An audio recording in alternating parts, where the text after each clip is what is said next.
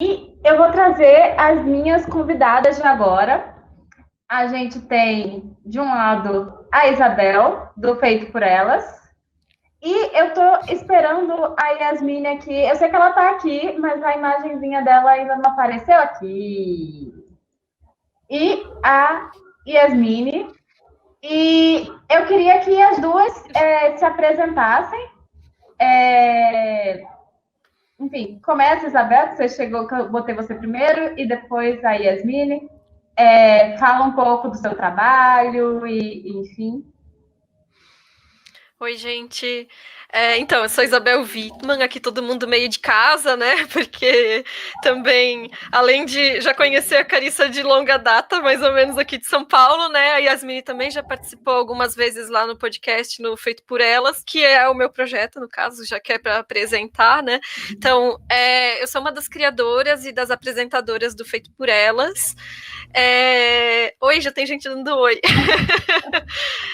O Feito por Elas é um projeto de crítica de cinema voltado para o trabalho das mulheres no cinema. Então, nós falamos prioritariamente sobre o trabalho de diretoras, mas também conversamos sobre atrizes, sobre figurinistas, roteiristas, enfim. O nosso foco é esse, né? Fazer esse recorte de gênero específico. E trabalho com gênero e cinema também na academia, com pesquisa que eu estou desenvolvendo no doutorado agora. Mais ou menos isso. Sim, o comentário, adoro, né? O alto microfone profissional é um negócio, né? Isso opa, tô espelhada aqui, vícios de podcaster, né? Tipo, ter um microfonezinho, né? Eu tô gravando tanto podcast que eu tô pensando em comprar um. Eu não tenho podcast, mas eu gravo tantos que, assim... Sim. E a Yasmine, que, assim, ela já veio aqui, já participou de várias lives acompanhando do lado. É a primeira vez que ela participa aqui junto com a gente. E eu tô bem feliz de ver ela aqui. E, enfim, fala um pouco do seu trabalho também, que eu sei que você tá em vários lugares. Exatamente, eu sou Yasmine e eu faço várias coisas. A apresentação é essa. O meu amigo de site, ele brinca comigo e fala, Yasmine, o que ela faz? Várias coisas. É isso. Atualmente eu escrevo para o Clube da Poltrona. Eu escrevo também para o Music Non-Stop, é um site que eu tô há pouco tempo, tem 1 mês e meio que eu tô produzindo conteúdo para eles. E agora no dia 2 nasce o nosso filho caçula, que é o Longa História. A gente vai colocar ele no ar agora no dia 2 e eu já começo fazendo a cobertura da Mostra Macabro, porque o meu foco agora de pesquisa é o foco de pesquisa no cinema de gênero. Então eu tô, assim, mergulhada nos filmes de terror nos últimos meses. Aliás, acho que nos últimos anos da minha vida. Então, eu não podia trazer duas pessoas melhores para falar exatamente da mulher no horror brasileiro. Enquanto uma foca na mulher, a outra foca no horror. Então, olha que casamento perfeito. Eu acho que é um casamento perfeito. E eu queria começar perguntando para vocês como é que vocês enxergam o panorama de diretoras mulheres dentro do horror no Brasil. Como é que está para vocês? Vocês, enfim, acham que nos últimos anos isso tem sido... A gente tem visto progressos, tem sido interessante, enfim. Já que começou nessa ordem, começa a Isabela, depois a Yasmin fala. Eu já ia dizer começar com a Yasmine, que é especialista, né? Porque ela tirou o microfone e na próxima pergunta a gente vai e troca. Beleza. Não, assim, o cinema de gênero, e aí que abarca, né, além do horror, a fantasia e a ficção científica, né, acho que eu preciso fazer esse parênteses só porque a Yasmine mencionou que pesquisa o cinema de horror e eu, no caso, pesquiso ficção científica, então fica assim nessa coisa do cinema de gênero também, embora não no horror, né, então não é exatamente minha especialidade, mas sou consumidora, né, e aí o cinema de gênero é sempre essa coisa que fica um pouco em segundo plano, né, na atenção do grande público, na atenção da crítica, dos pesquisadores, rola uma certa torcidinha de nariz, né? Eu acho que com horror mais do que com ficção científica, inclusive, sinto isso, porque na ficção científica a gente ainda tem, assim, sabe, um 2001 para dizer que é um grande clássico consagrado de um autor que as pessoas dão valor para a obra dele, né? E eu sinto que o terror ele sofre um pouco dessa não validação mais ainda do que a ficção científica, embora os dois passem por essa situação assim de não terem muito esse valor dado pelos círculos, né, das artes ali, né? E as mulheres, então, se já é difícil nas rodas da validação, o que dizer aonde essa validação ainda não chegou, né? Então, eu sei que nós vamos conversar aqui hoje sobre isso, né? Tem mulheres incríveis fazendo filmes incríveis aqui no Brasil, de horror, de terror e misturando gêneros e enfim, mas a gente conta nos dedos das mãos quem são essas mulheres hoje, né? Então, a gente sabe que o cinema de gênero no Brasil também, embora a gente tenha uma longa trajetória de cinema de gênero sendo realizado no Brasil desde sempre foi nesse caráter muito secundário também, né? Então, eu acho que o que a gente precisa pensar é, dentro de um recorte que já é tão específico, onde que fica o recorte dentro do recorte, né? Mais ou menos isso. E aí eu acho que a Yasmine pode complementar mais, porque realmente é a área de estudo dela. Gente, eu tô deixando o microfone fechado porque eu moro ao lado de um bar que está tocando música e a minha gata tá possuída, me anda pelo quarto. Então, muitas participações especiais. Concordo completamente com tudo que a Isabel falou, e eu tô vindo agora de uma série de cursos que eu tenho feito justamente sobre cinema de horror, e a gente percebe que, para começar com o cinema de horror no Brasil, ele já tem características muito diferentes do que a gente conhece popularmente como horror. Ele sempre tá muito mesclando situações relacionadas à fantasia, você tem muitos filmes de suspense, filmes policiais que tem elementos de horror, de terror, de ficção científica, então isso gera também um certo... não seria um problema, mas uma certa dificuldade na hora de classificar, porque a tendência de que as pessoas não queiram que seus filmes sejam classificados de terror, por gerar justamente essa exclusão do gênero, né? E aí, pensando nisso que a Isabel falou por último, que é de como fica o recorte dentro do recorte, a gente percebe que existe uma produção de mulheres que já vem sendo feito ao longo de alguns anos, mas são produções desconsideradas, perdidas, porque aí a gente vai cair no problema de conservação de filmes brasileiros, que né, é outra história, e também tem coisas que não são documentadas. O que eu consigo sentir com os avanços que eu fiz de pesquisa nesses últimos meses foi de que nessa última década a gente tem uma produção muito maior e onde você tem uma realização muito maior de mulheres. Você tem muito mais mulheres roteirizando, produzindo e dirigindo. E fazendo isso, né, de maneira muito coletiva também. Você percebe que são trabalhos que estão sendo feitos de maneira muito juntas. Então você tem várias mulheres que são diretoras de um filme X e de uma outra mulher ela acaba sendo a roteirista ou a produtora. Então eu acredito que esse mecanismo de trabalhar de maneira coletiva também tem funcionado um pouco mais no cinema nacional nesse momento. Sim. Uma outra coisa é isso, vocês já entraram um pouco nisso, né? Nessas pequenas mudanças que a gente começa a ver.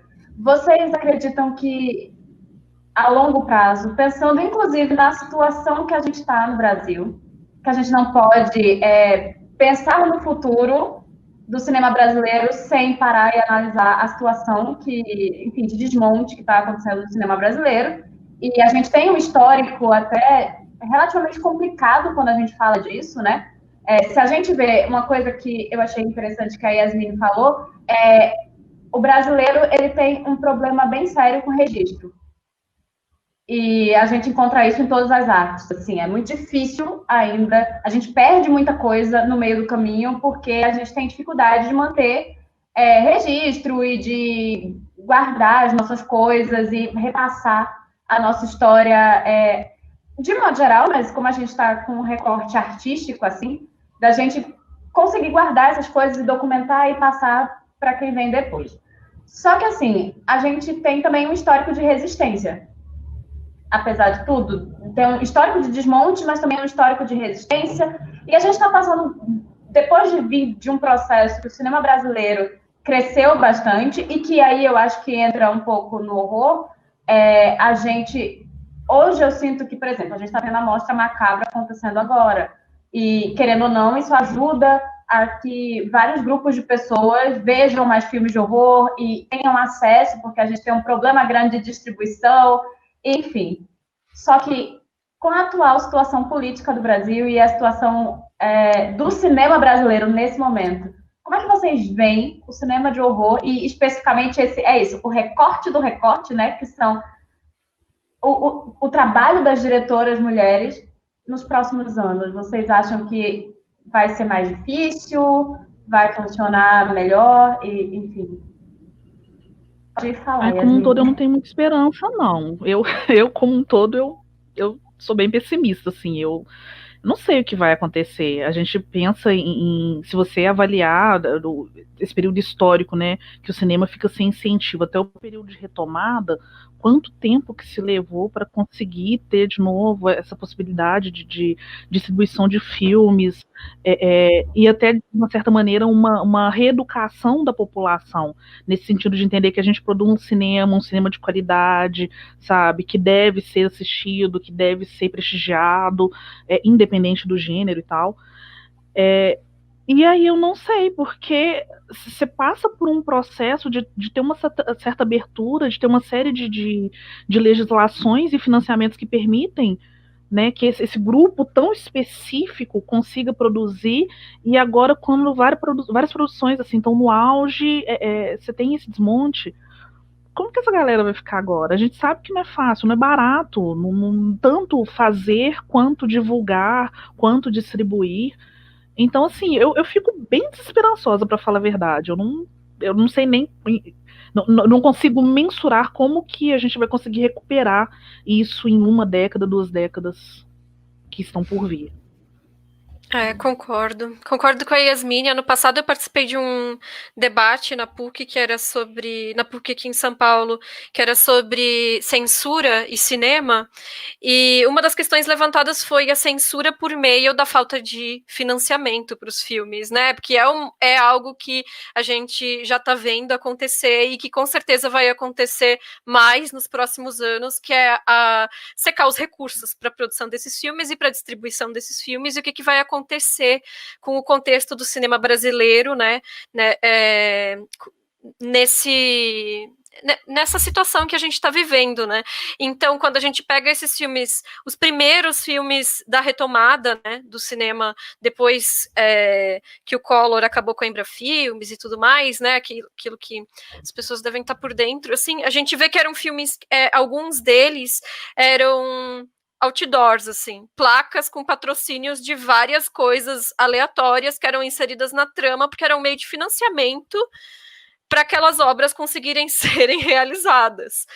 E aí a gente pensa que todos os cinemas, os grandes cinemas internacionais, eles vêm por meio de financiamento público também. As pessoas pensam que Hollywood é só as grandes indústrias privadas, mas não, tem muito incentivo para a produção desses filmes, né? Então, a gente eu concordo com a Yasmine nesse sentido de que eu acho que a gente pode passar por tempos que vão ser muito difíceis no sentido da produção, dos meios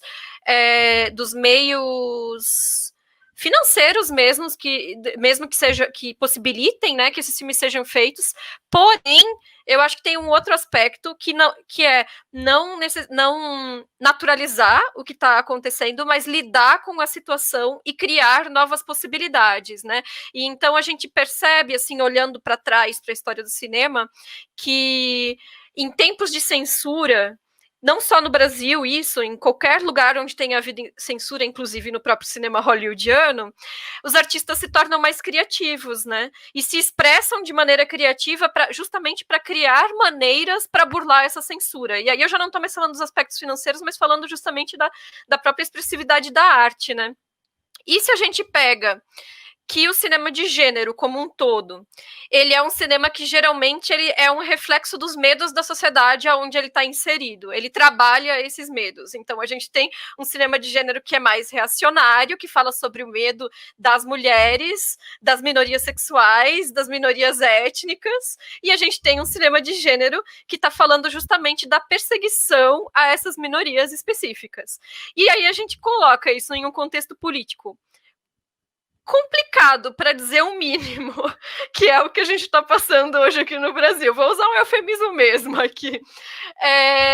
O que eu espero para os próximos anos é que, apesar de todos os problemas, as dificuldades que os cineastas, os artistas em geral vão ter para criar a sua arte, a arte que vai vir daí, em específico o cinema de gênero, vai ser extremamente criativa. É isso que eu espero, justamente como resposta a esse contexto. Então, se a gente pegar já o que a gente estava tendo nos últimos anos, em que a gente já tinha um agravamento da situação política, e a gente vê o tipo de cinema de gênero que estava sendo feito, de um branco sai, preto fica na ficção científica, a umas boas maneiras no terror, né, que estão comentando coisas muito específicas da sociedade brasileira.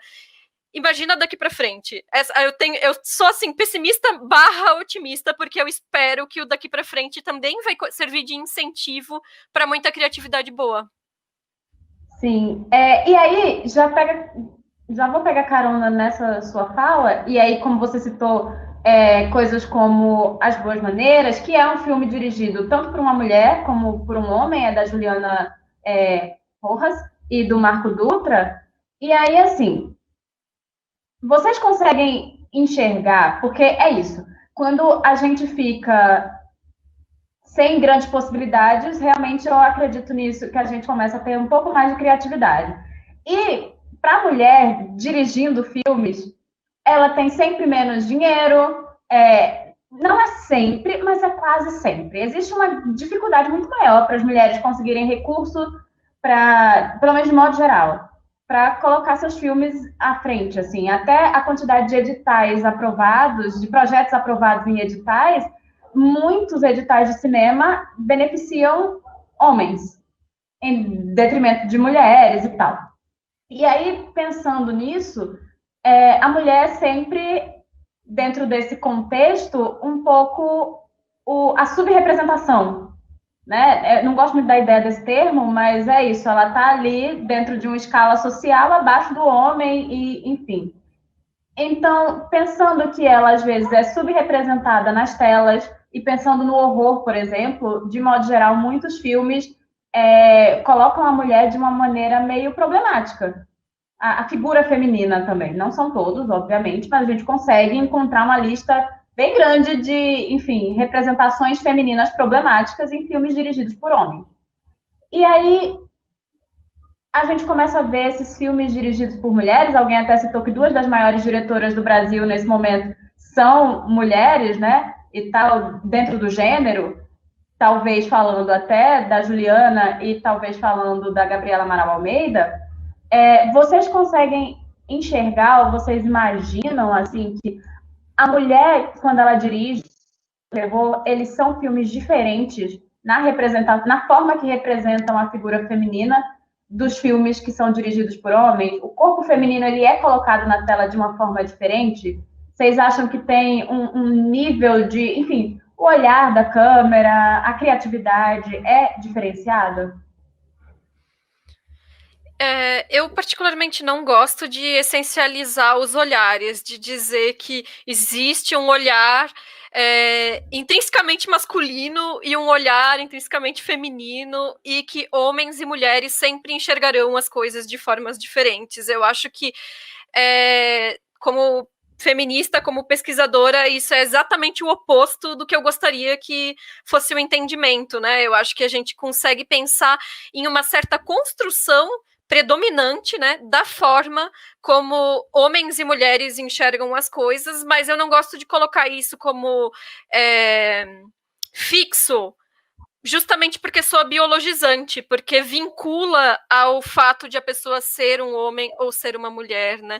Mas o fato é que, e isso faz parte um pouco da minha proposta, pensando assim até, de trabalho, né, pensando assim até no Feito por Elas, o que eu acho mais importante é a diversidade de olhares, né? Então, assim, não é o fato de que é uma mulher fazendo um filme que obrigatoriamente vai fazer com que o corpo feminino, por exemplo, que está sendo retratado ali, não vai ser um corpo objetificado, porque muitas vezes rola em um filme dirigido por mulher o que a gente chama de male gaze, que é o olhar masculino objetificante sobre esse corpo. Afinal, essa mulher que está dirigindo, ela também está inserida em um contexto social, e ela também foi criada nesse contexto social. E ela também está acostumada a olhar para corpos femininos da forma como geralmente se olha no nosso contexto, né? Então, eu não acho que o fato de ser uma mulher dirigindo obrigatoriamente vai criar imagens que sejam diferentes nesse contexto, mas eu acho que é importante que a gente tenha justamente essa variedade, porque ela vai nos permitir conhecer outros tipos de imagens, outros tipos de percepção em torno dessas imagens, e aí não só em se tratando de gênero, outros recortes também são necessários, né?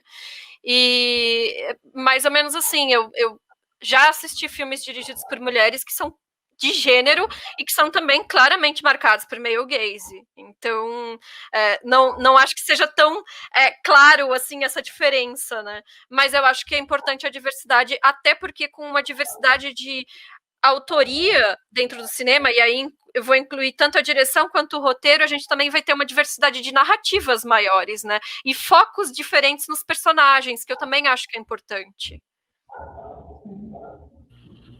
Eu não tenho nem o que completar. Eu concordo completamente com tudo que a Isabel disse. Porque é exatamente isso. Que a primeira coisa, quando você terminou, a primeira coisa que eu pensei foi assim: depende muito quantos filmes a gente assiste, né? Dirigido por mulheres que possuem a mesma estrutura, o mesmo tipo de premissa e tal. E aí, complementando o que você fala, que é muito interessante quando você tem. É muito importante quando você tem esse olhar, tanto numa direção quanto num roteiro. Pensar que o cinema atual tem se preocupado muito mais em questionar. Então, eu acho que a gente também está vivendo um momento onde tanto os homens quanto as mulheres estão preocupados em quebrar com esse tipo de narrativa e repensar como que esses estereótipos podem ser rompidos e como que a gente pode ampliar completamente essa perspectiva de fazer essa representação do corpo feminino em tela. Sim, eu achei muito interessante o que vem das duas falas, porque elas meio que se complementam, né? E essa coisa que até a Isabel falou, entra muito na pesquisa dela, porque gênero é uma construção social. E essa ideia de male gaze também é uma construção social, tem a ver com a construção social, né? Porque essa ideia de que algo é intrinsecamente masculino ou feminino tem a ver com como tudo é construído. E se a gente, como mulher cis, enfim, porque a gente também tem que pensar nesses recortes, individualmente aqui existem recortes, sabe? Assim, que a gente olha nessa tela, já existem recortes também, e que eles são importantes. Mas, assim, eu sempre fico me questionando, porque eu também já vi vários filmes dirigidos por mulheres e que batem exatamente nas mesmas coisas que eu reclamo de filmes feitos por homens, e eu volto sempre para aquela história da Laura Mulvey e dela falando que ela cunhou, né, o termo do male gaze e tal, e hoje em dia eu acho até que ela mesma repensa a coisa do male gaze, e hoje várias pessoas questionam também se também não está muito pautado em questões de gênero e o quão, enfim, problemático o termo é ou não, mas é sempre... Para mim, eu sempre fico pensando nessa coisa, como é que a gente pode dizer que uma mulher vai ter um olhar intrinsecamente feminino, com todos os recortes que existem, mas mais do que isso, vivendo numa sociedade patriarcal, onde a gente aprende também muito dessa ideia dominante, assim, patriarcal, sabe? Então, a gente também é produto desse meio. A gente também precisa passar por desconstruções. E aí, eu queria saber... Eu acho que isso reflete muito também na maneira como a gente assiste os filmes. Eu fico pensando, filmes que eu revejo hoje, eu tô com 36 anos, filmes que eu assisti há uma década e meia, eles têm um significado completamente diferente, eu tenho uma maneira de enxergar completamente distinta como que aquelas personagens são ou foram representadas. Né? Então, eu acho que o processo é justamente esse. O tempo inteiro a gente tem que estar aprendendo, o tempo inteiro a gente tem que estar repensando no que a gente está consumindo, o que a gente está jogando na tela, até nós mesmos, como produtores de conteúdo, a maneira como a gente está avaliando esses produtos, sabe? Você não precisa de tornar aquilo uma pauta identitária, mas você precisa de estar sempre ali corrigindo o seu olhar de acordo com as necessidades, com as mudanças do tempo.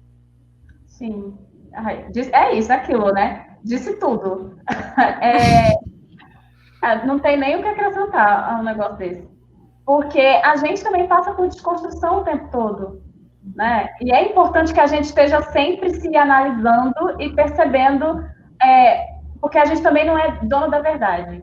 E a gente tem sempre que aprender com o outro, com as vivências do outro. Por exemplo, uma coisa que eu sempre penso, e eu gostaria muito de ver mais na tela, e ver isso dentro do horror também, o olhar de mulheres trans, sabe?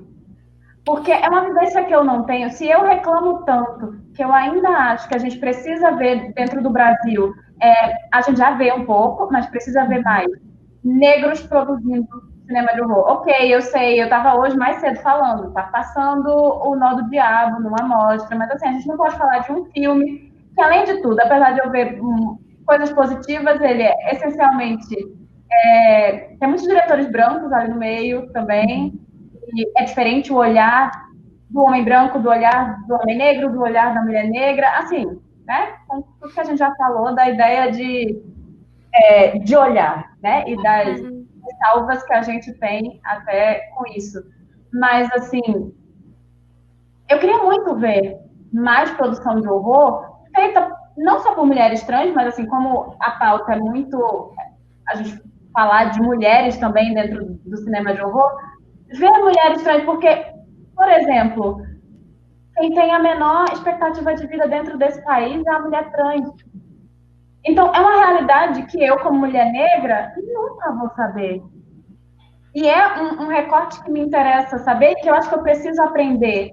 E é um tipo de horror social, digamos assim, um horror que existe na vida dessas mulheres, assim, que é isso, que essas histórias deveriam estar sendo contadas, e eu acho que o horror, ele traz tanto essa coisa de... ele questiona tanto a sociedade, ele é tão político, e, enfim, seria algo incrível de ver.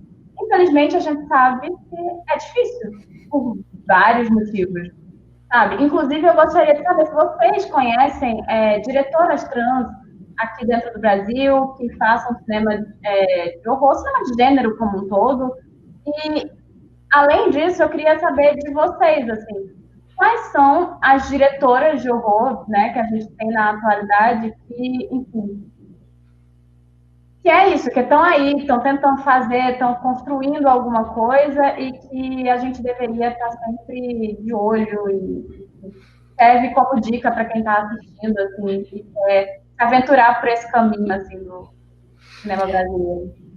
Eu só vou fazer um parênteses sobre a questão da transgeneridade, antes da gente seguir com a conversa. Eu não conheço nenhuma diretora trans aqui no Brasil que esteja trabalhando com cinema de gênero, talvez a Yasmine conheça. Eu só conheço a Júlia Catarini, que fez o curta, né, T for Two. E aí eu acho interessante, claro, eu vou falar isso como uma mulher cisgênero, minha pesquisa de mestrado foi em torno da transgeneridade, não no cinema, com trabalho de campo com pessoas trans, né, mas assim...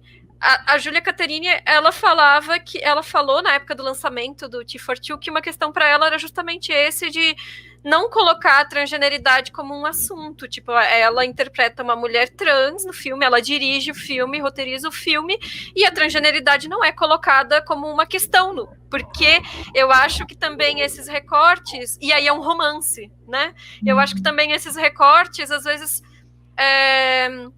eles são necessários, obviamente, a gente não estaria aqui hoje se não fosse a necessidade de que eles ainda sejam discutidos, mas, por outro lado, também é cansativo, né, que mulheres sempre falem sobre o ser mulher, pessoas negras sempre falem sobre a negritude, pessoas trans sempre falem sobre a transgeneridade, e por que uma pessoa trans não pode simplesmente fazer um romance, sabe, e que a transgeneridade não seja uma questão nesse romance, né, então eu acho curioso isso, e aí, em se tratando de cinema de gênero, né, só lembrar que, não no contexto do Brasil, claro, mas as irmãs Wachowski foram as grandes formadoras de um grande público consumidor de cinema de gênero nas últimas décadas, né? Então. Verdade.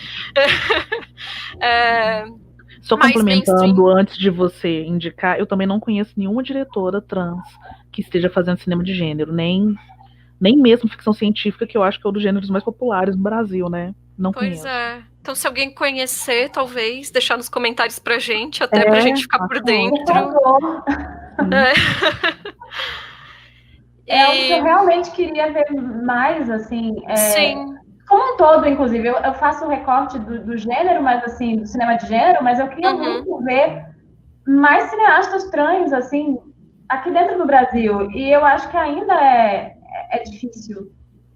Mas é aquilo, se é difícil ainda encontrar um número vasto de cineastas negros e, enfim, a gente vai fazendo mais e mais esses recortes e vai vendo o quão complicada é a situação toda, sabe? É meio triste.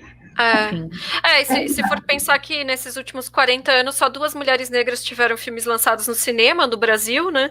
Então, a gente fala aqui mulheres, né? Mas que nem tu falou, nós temos recortes muito específicos dentro do mulheres, né? Então, a gente tem inúmeras mulheres brancas que, apesar das dificuldades, estão conseguindo lançar os seus filmes no cinema e ter uma carreira com filme e após filme sendo lançado ainda, né? Enquanto que as cineastas negras têm essa dificuldade muito maior, escancarada historicamente, né? Enfim. Chega, bate um... Momento de desânimo. Mas vamos falar de terror, né? Que era a pergunta. Vamos falar. Indique, Isabel. Essa vida real. É terrorizante. Uma mulher negra que tipo, roteiriza que pensa, ai, nossa, eu queria muito conseguir fazer um longa-metragem. Cada dia que passa eu acho mais difícil, gente. Ai, gente. Não, e aí a gente pensava, vamos falar de terror pra ficar num clima menos bad, né? A que ponto chegamos? Ai, vocês estão falando de... Mas vamos retomar o assunto, né? A gente tá falando de indicações. Eu dei uma olhada aqui, eu vi que nos comentários alguém questionou sobre o Mate-me, por favor. E aí eu acho que com certeza a gente deve indicar os filmes da Anita Rocha da Silveira. Tem alguns curtas dela no YouTube, se não me engano, mas quem tiver a oportunidade de assistir o Mate-me, por favor, assista. Quem me apresentou o Mate-me, por favor, inclusive, é a Stefânia, que tá com a Isabel junto no Feito por Elas, que é uma entusiasta desse filme, gente. A Stefânia é super empolgada. Não, assiste! Você tem que ver, você vai amar! E é um dos filmes que eu mais gosto. Eu assisti, ele deve ter uns 2 anos, mais ou menos. E eu gosto muito, porque ele vai ter uma característica do horror que é muito comum nesses filmes da última década, do horror brasileiro, que é essa coisa da juventude, né? Só que, diferente do que a gente vê muito em filmes estadunidense e alguns filmes europeus, não é só aquela coisa da juventude eufórica, louca, e principalmente aquela relação de punição, né? Os jovens vão contra tudo que a sociedade prega como moral e eles vão ser punidos por um assassino. São filmes muito mais reflexivos. Então você tem um horror que é um horror muito existencial. E eu acho que nesse Mate-me, por favor, é muito isso. São pessoas muito jovens pensando na morte, lidando com a morte ali na relação cotidiana, de ver um noticiário, de saber de um assassinato em série que está acontecendo, e de começar a se questionar quando que essa morte vai vir para eles, o que é essa morte, e várias metáforas de morte ao longo da vida também, porque não deixa de ser uma morte você fazer dessa transição da infância para a adolescência e posteriormente da adolescência para a vida adulta. Então, a primeira indicação que eu dou com certeza é a Anita Rocha da Silveira. Só complementando isso, já que você falou da Anitta, uma coisa que eu acho muito interessante é como esse filme é essencialmente brasileiro. Sim. Sabe? E eu acho que isso é extremamente importante. Eu assisto muito filme americano e eu assisto muito filme brasileiro também, mas uma coisa que eu acho que a gente, quando fala de horror, as pessoas se apegam muito ao filme americano. E ok, formou muita gente, eu acho válido, tem muita coisa boa, mas eu acho extremamente importante quando a gente fala de cinema brasileiro, essa coisa dele ter características próprias, nossas.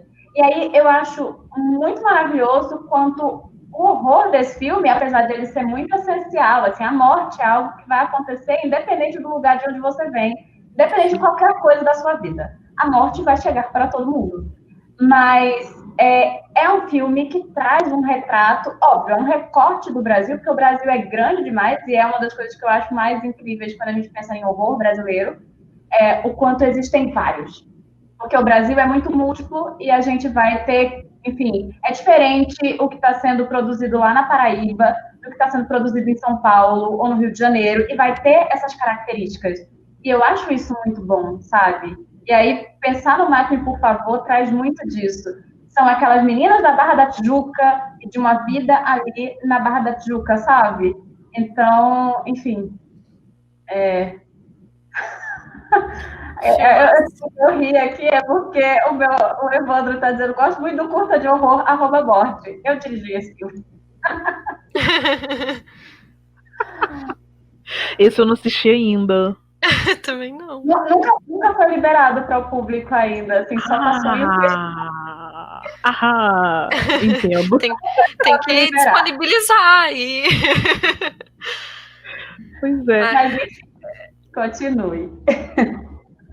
Bom, eu não vou nem falar da Juliana Rojas, porque eu acho que é a mais conhecida do momento, então assistam todos. Os filmes dela são ótimos. Eu adoro as relações que ela tem com os espaços. Também culpa da Estefânia, tá? Gente, Estefânia, Amaral, vocês não têm noção do que essa mulher é na minha vida. Também culpa da Estefânia. Só pra contextualizar, a Estefânia foi minha professora. Eu fiz uma disciplina com ela no Cefet, aqui em Belo Horizonte.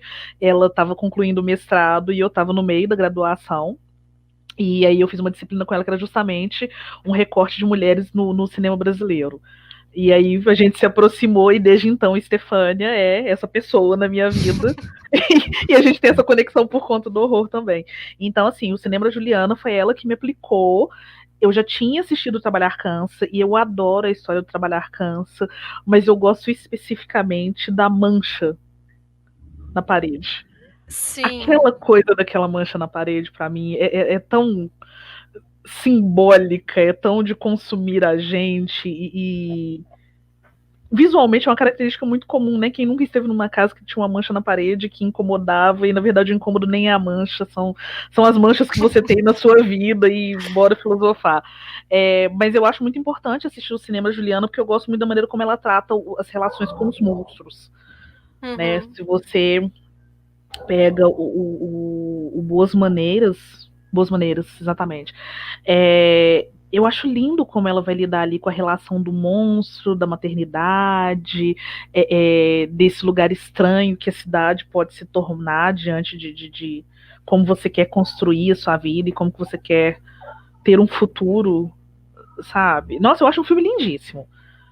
É um dos que com certeza são recomendados. Por sinal, vocês têm algum favorito da Juliana? O Diego está perguntando aqui. O meu Trabalhar. Eu acho que o impacto o contato inicial foi bem marcante, virou o preferido mesmo. Sim, eu acho que tecnicamente As Boas Maneiras ele é muito mais vistoso, assim, né? É um filme que é muito mais redondinho, embora sejam na verdade 2 filmes em um, e a primeira metade é perfeita e a segunda é um pouco mais turbulenta, vamos dizer assim, na sua realização. Mas eu acho que o Trabalhar Cansa, na sua proposta, ele é muito mais interessante. E ele é um pouco que um resumo dos temas que a Juliana Rojas trabalhou ao longo da filmografia dela, né? Porque com exceção da maternidade, que está muito forte no As Boas Maneiras, todos os outros temas aparecem no Trabalhar Cansa, que tem a questão da relação de gênero entre os protagonistas, a questão de masculinidade é muito marcante, o que se espera em relação de um homem, como que um homem deve se portar naquele lugar ali, a nossa relação com o contexto capitalista, né? Então, as formas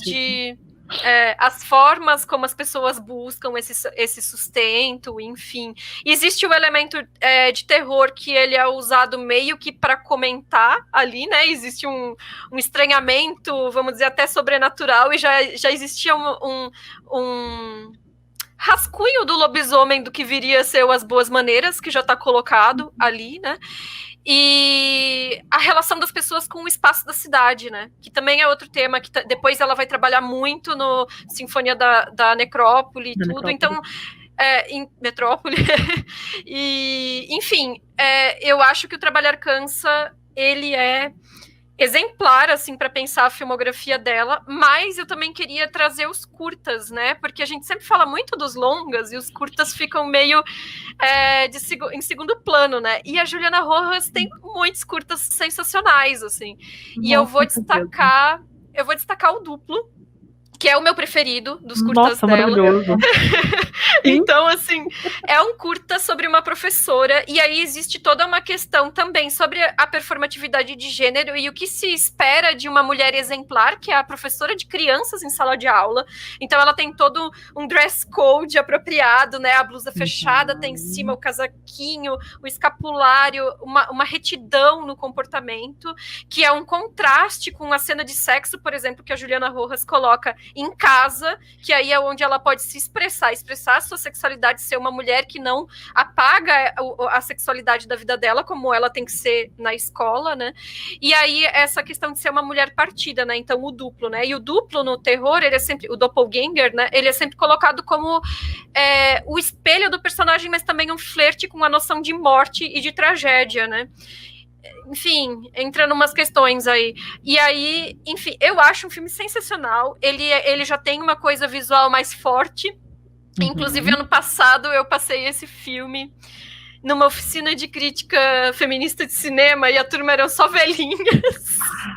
Nossa. As velhinhas ficaram chocadas no final do filme. Aí depois eu pensei, puxa, eu preciso pensar em um curta que seja mais leve, assim, dependendo do público. Porque ele é muito pesado no final, assim, né? Ele é gráfico, né? Enfim, mas ele é maravilhoso. Quem nunca assistiu o Duplo da Juliana Rojas, corre pra assistir, porque vale muito a pena. E não esquecer essa produção de curtas. Os curtas dela, acho que quase todos, não sei se todos, mas quase todos estão no Porta Curtas. E de várias outras, inclusive, assim. Para quem quer ver curta de cineasta brasileiro, e tem muita coisa de horror, corre pro Porta Curtas, é de graça, assim, é muito válido. Uma outra indicação, e bom, esse filme, algumas pessoas não vão considerar ele terror, mas eu acho que ele tem elementos de horror. Talvez terror em si não, mas ele tem elementos de horror. O Rainha, da Sabrina Fidalgo. É um curta também. E aí tem aquela coisa, né, da moça que quer se tornar a passista da escola de samba, da comunidade dela, só que você tem sempre ali alguns elementos em torno que estão se movimentando à medida que ela se movimenta também para conseguir ter esse título. E tem uma gangue de garotas, né, que a persegue ao longo do filme. Eu gosto muito dessas incertezas e da maneira que a Sabrina trabalha esse curta especificamente, né? Não é o gênero dela, mas esse tem esses elementos que é para você ficar sempre achando que tem algo estranho acontecendo. O tempo inteiro você pensa ali o que é uma paranoia, o que é realidade, quais elementos existem ali que podem ser elementos assombrados, né? Eu acho que esse clima estranho faz parte da maioria dos filmes que a gente vê, né, de terror. Isso é bem específico, assim, né, por não se tratar exatamente do gênero, mas eu gosto muito de pensar nesses elementos que tem dele. Então eu acho que fica um convite para todo mundo procurar assistir. Se não me engano, ele está numa dessas plataformas de streaming. Eu vi recentemente alguma dessas plataformas de streaming, Amazon Prime, eu acho. Um desses. Legal. Boa dica, eu não conhecia. Nossa, muito bacana. Assistam. Tô pensando aqui também numa pessoa que eu amo de paixão o cinema dela, que é a Cíntia Domit, do Sul. Ela tem um curta, esse curta tá no YouTube, assistam, assim, na hora que acabar essas 12 horas de live, vocês vão assistir esse, que chama O Segredo da Família Urso. E esse curta, ele trabalha muito dentro dessa perspectiva que a gente discutiu mais cedo, que principalmente quando a Isabela fala a Isabel falou da questão de que ainda que a gente esteja num momento de muita desesperança com relação ao incentivo, que a criatividade, né, sempre transborda, porque o contexto desse curta é o período da ditadura. E é uma garota que vive em casa com os pais, é uma garotinha mesmo, ela tá em casa com os pais, inclusive a mãe dela é a Gilda Nomati, maravilhosa. Maravilhosa.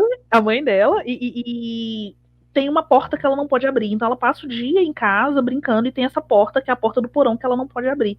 E um dia ela abre a porta do porão e ela arranja um amigo imaginário. Só que o pai dela trabalha pro governo. Então, ao abrir aquela porta, o que ela desperta como amigo imaginário está muito além. E aí vai trabalhar com essa ideia desse medo real, né? Quem que é o monstro? Onde o monstro vive? O monstro é quem está atrás daquela porta ou o monstro são aquelas pessoas da casa? E como que a imaginação da criança funciona também dentro da situação. Então ela vai trabalhar muito com essa relação da inocência, mas também tem um pouco disso que você apontou, Isabel, no curta da Juliana, que é essa questão da retidão. Você percebe que é uma família toda muito correta. Essa família, né, ela janta ali à mesa, todos eles juntos, muito ordenados, ninguém pode conversar, nada muito fora, mas o pai está ali à mesa distraído, ele está lendo um jornal, ele está fazendo algum comentário superficial sobre, né, a política nacional. Então, assim, eu recomendo demais. E a Cíntia tem também esse outro curta dela eu assisti numa mostra, chama O Segredo da Menina Só, não, é O Segredo da Família Urso, A Menina Só, que inclusive ela grava ele todo com uma película vermelha, então ele é todo em tom de vermelho, e é uma garota em casa vivendo um relacionamento muito conflituoso com o pai, porque ela quer a mãe, e a mãe saiu, não voltou, e o pai dela não dá explicações do que está acontecendo. E aí você tem um outro elemento surpresa também, dessa vez, que é o que cria essa divisão entre os adultos e a criança, que é o celeiro. A menina não pode ir ao celeiro, tem algo no celeiro que ela não pode ver. Então ela tá trabalhando justamente com o gênero, os curtas dela, todos têm esses elementos fantásticos, e esses dois têm esse elemento de terror muito grande. E eu indico demais assistir. O cinema dela é muito, muito bom. E inclusive eu vi no Instagram dela que recentemente ela conseguiu aprovação para fazer um longa. Estou doida para ver o que ela vai fazer de longa. Mas muito, muito maravilhosa. Eu recomendo que vocês procurem. É Cíntia Domit Bitar. Ai, vou procurar também, porque eu não conhecia o trabalho dela. Olha, tá vendo? Vou escolher especialista, é isso, gente. Porque você sai com uma lista nova de filme pra ver. Eu acho maravilhoso. Ótimo. Eu também não conhecia. Vou atrás. Agora é interessante isso de poder acompanhar alguém que a gente conhece dos curtas e aí ver que essa pessoa vai fazer um longa, né? Que foi mais ou menos o que aconteceu comigo quando foi anunciado, né, o Animal Cordial da Gabriela Amaral, né? Porque eu já conhecia os curtas, a gente já tinha trabalhado os curtas em um podcast do Feito por Elas. Os curtas da Gabriela Amaral também são sensacionais. Ela tem Uma Primavera, tem o Estátua e A Mão que Afaga. O meu preferido é A Mão que Afaga, que a gente tá combinando tudo. Que ele não é exatamente de terror, mas ele tem uns elementos propositais na narrativa que são para causar estranhamento. Então, é essa mulher que trabalha em um telemarketing, tem uma rotina super exaustiva, e aí a gente já vê que realmente essa questão do trabalho é algo que é recorrente para essas diretoras, né? Uhum. E aí é aniversário do filho dela, e ela, sei lá, faz uma festinha, chama alguns amiguinhos e contrata um animador de festinha vestido de bicho, assim, com aquela cabeça, com tudo, né? E é estranhíssimo, porque a pessoa vestida de bicho não fala nada. A festa inteira se senta ao lado dela quando vai todo mundo embora. Então, não vou contar, assim, a relação entre os dois, enfim, o desfecho. Mas é tudo muito estranho, assim, e muito um reflexo realmente dessa solidão de uma mãe solo ali, de um trabalho exaustivo, tem uma questão de classe toda envolvida ali, o cara também é um trabalhador explorado que ganha uma merreca para ficar em festinha de criança, e é um filme super estranho. Então, assim, quando falaram que ia ser lançado, né, o Animal Cordial, eu já fui com uma super expectativa, porque eu gostava dos 3 curtas, né? Os 3 curtas são sensacionais, assim. E eu não fiquei decepcionada com o Animal Cordial. Eu acho um filme maravilhoso. É catártico.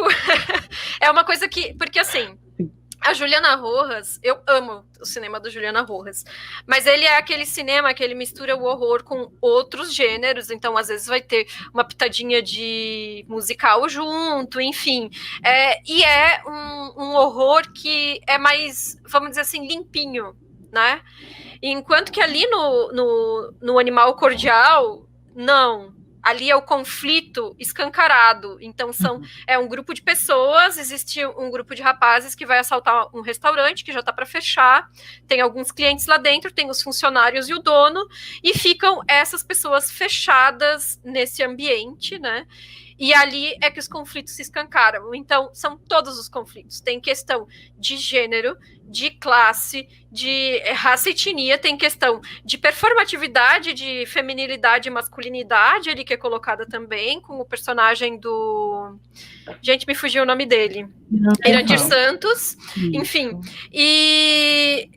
E é isso, assim, é um filme sensacional, porque aí é sangue, é escancarar esses conflitos no sangue. E eu acho que, muitas vezes, quando a gente tá fazendo essas análises de sociedade brasileira, esse é o jeito certo de fazer, sabe? Se é pra botar o dedo na ferida, tem que abrir a ferida, né? E ela subverte muito nesse filme, né, alguns conceitos do slasher, e, enfim... Enfim, inclusive a coisa da mulher dentro de determinados tipos de filme de horror. E, enfim, eu gosto muito. Eu gosto do outro filme dela também, o... A Sombra do Pai. Eu também gosto. Aproveita agora que vai passar. Eu vou aproveitar a mostra e assistir tudo. Porque é uma coisa pra mim... Ah, não, pode falar. Não, só ia dizer que, na verdade, o A Sombra do Pai foi gravado antes do Animal Cordial, né? Então, assim, ele pode ter parecido para muita gente um pouco decepcionante por ter sido lançado depois, mas, na verdade, foi o primeiro filme. E ela conseguiu lançar o Animal Cordial primeiro, porque era com ator global e não sei o que lá, então passaram na frente na fila, né? Obviamente, né? E aí, mas assim, embora ele seja um filme menor em termos de produção, de orçamento, de ter atores menos famosos nesse sentido, eu também gosto da Sombra do Pai. Ele é só que ele é um filme bem menos vistoso no seu resultado final, né? Mas tem um pouco a ver com isso. Uma coisa que eu gosto é que desde o Animal Cordial, na verdade, desde os curtas, ou desde o Animal Cordial, não, desde a Sombra do Pai, mas a gente consegue ver nos curtas, é que ela tem uma coisa muito... O jeito que ela filma, eu acho muito metódico. Ela, sabe, a forma como ela faz plano, e, enfim, parece muito... Tudo muito pensadinho antes. Ela me parece muito uma diretora de decupagem, e eu gosto muito disso, sabe? Visivelmente, ela quer passar uma coisa muito específica com cada cena que ela tá colocando ali, e, enfim, eu gosto muito de como ela faz isso. Comentário aleatório.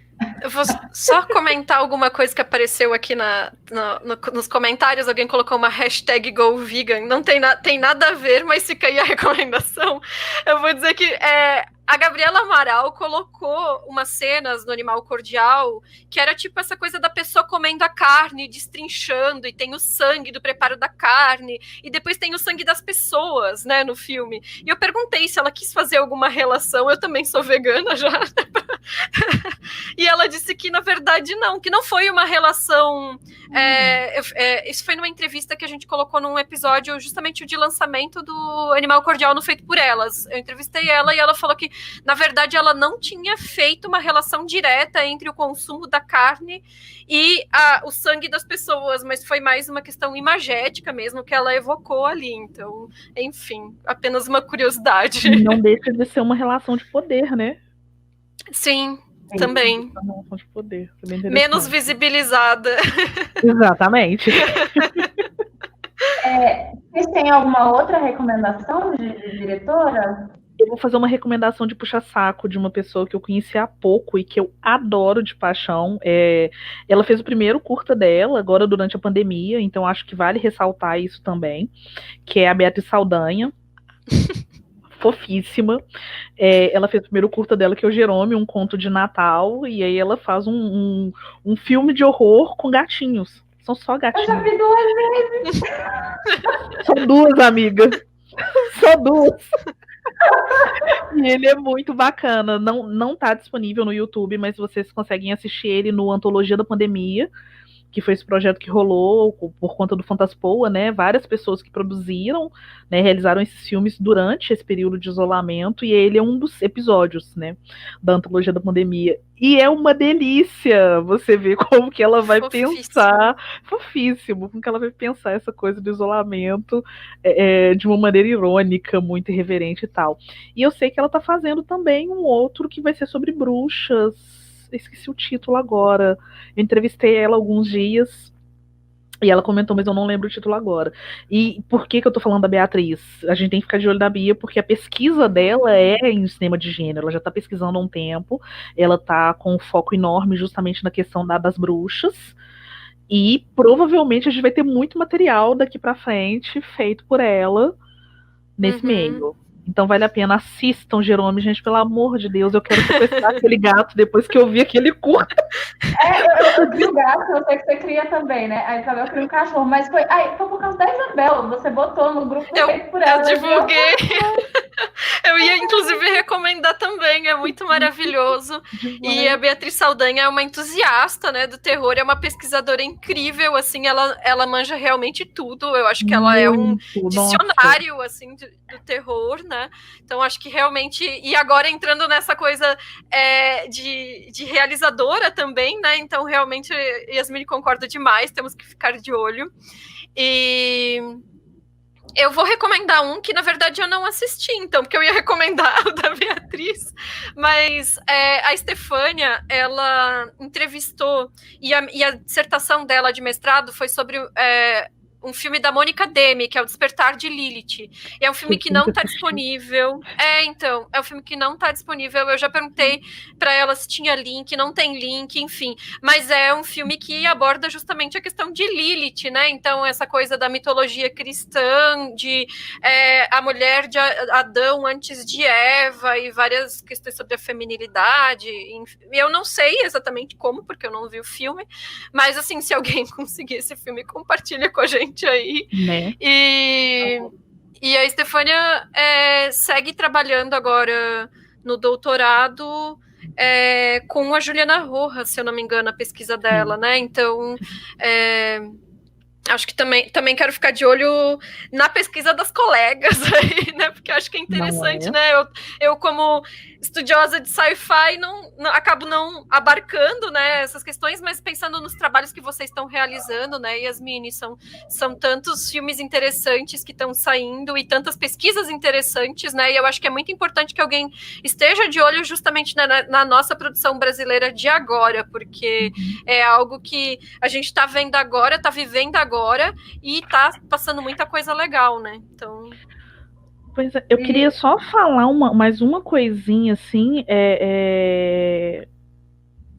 eu fiz um curso recentemente com o Carlos Primati, que é o esposo da Beatriz, né, inclusive, e informação, assim, o crédito é todo dele, mas informação, porque eu achei muito interessante isso, e eu guardei para trazer aqui para todo mundo hoje, porque eu fiquei tipo assim, que legal! Tem uma diretora brasileira que chama Darciana Moreno Isel, ela é manauara, e ela foi a primeira mulher manauara a fazer um filme de horror no Brasil. Só que esse filme é uma produção estadunidense. Não é uma produção brasileira. Ele chama Dark Amazon. Alguém me informou que tem ele no Prime Video, mas ele não tem legenda, né? Ele é todo falado em inglês. Ele foi gravado na Amazônia. E é isso, né? A gente pensar que a gente também tem mulheres brasileiras fora do Brasil fazendo cinema de horror, porque foram citados mais dois nomes, né, na aula. Ele falou da Natália Leite, que fez um filme chamado MFA. Parece que ela era atriz do filme, e aí o diretor caiu fora, e ela foi fazer o filme e tal. Também o pessoal fala que não é um filme tão bom assim, né? Nada interessante, mas tá aí o nome, vale a pena falar que tem alguém que fez, né? E que tem a Luciana Faulhaben, eu acho que é esse o nome dela, que fez um chamado Don't Look, que é estrelado pela filha do Clint Eastwood, que também é uma brasileira, fazendo essa produção com incentivo estadunidense. Eu lembro quando esse filme estava sendo gravado, mas eu não assisti ainda. Pois é, mas também não vi. Então, assim, para a gente pensar também que existem mulheres brasileiras que estão produzindo fora do Brasil. Pois é sempre muito válido, né? E é isso. Vamos ficar de olho para sempre conhecer novas, né? E espero que apareçam outras. Eu queria muito agradecer a vocês duas. Vocês são maravilhosos. E, enfim, muito obrigada por terem aceitado o convite e terem vindo partilhar um pouquinho do conhecimento de vocês aqui. Então, é isso. Vocês que estão assistindo, acompanhem o trabalho das duas. Elas, como deu para ver, né? Elas são muito capacitadas e, enfim, fazem um trabalho maravilhoso. E é isso. Obrigada. Eu que agradeço. Obrigada pelo convite, foi ótimo. Muito Sim, bom. e como a Marta está dizendo, quando o assunto é bom, o tempo passa rápido. Sim. O instante acabou. É isso, meninas. Beijo. Obrigada. Beijos. Até. Até a Até próxima. mais.